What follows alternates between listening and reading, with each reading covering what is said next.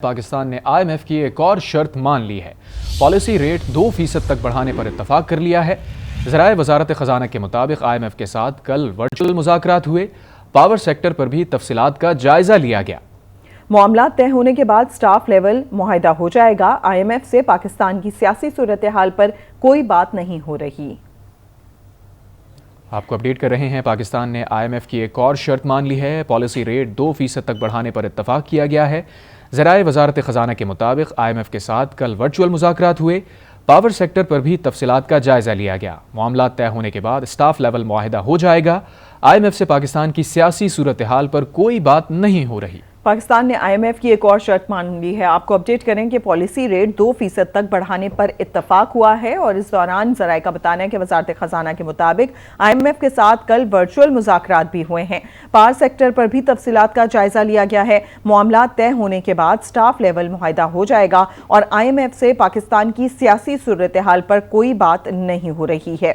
एक और शर्त मान ली गई है। IMF की पॉलिसी रेट 2% तक बढ़ाने पर इत्तफाक हुआ है।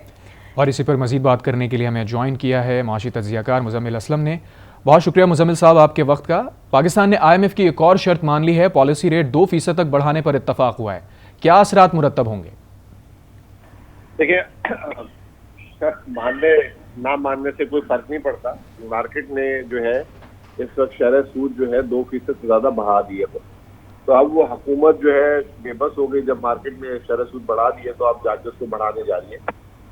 इसमें दो सवालिया निशान है। PTI की हुकूमत जब जा रही थी तो उन्होंने जो है स्टेट बैंक को खुद मुख्तार कर दिया था और ये IMF के बहुत बेरीना ख्वाहिश थी पिछले 20 सालों से।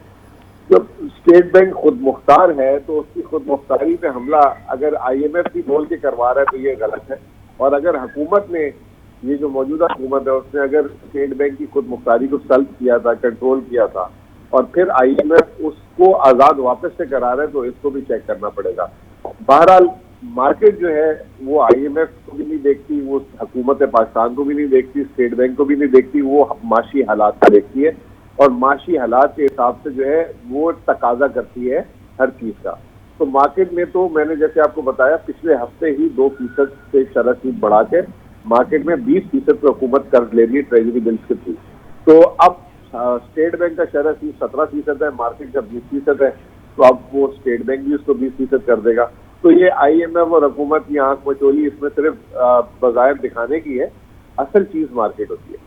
अच्छा मुजम्मिल साहब, ये भी बता दीजिएगा, जिस तरह हमने जिक्र किया कि एक शर्त भी मान ली गई है, पॉलिसी रेट भी आप बता रहे हैं, शरह सूद भी बढ़ा दी गई, पॉलिसी रेट भी अब 2% हो जाएगा, जिसके बाद अब स्टाफ लेवल पर मुआहिदा भी हो जाएगा। तो क्या ओवरऑल मुल्क की जो माशी सूरत हाल है वो कुछ किसी बेहतरी की जानिब गामजन होगी?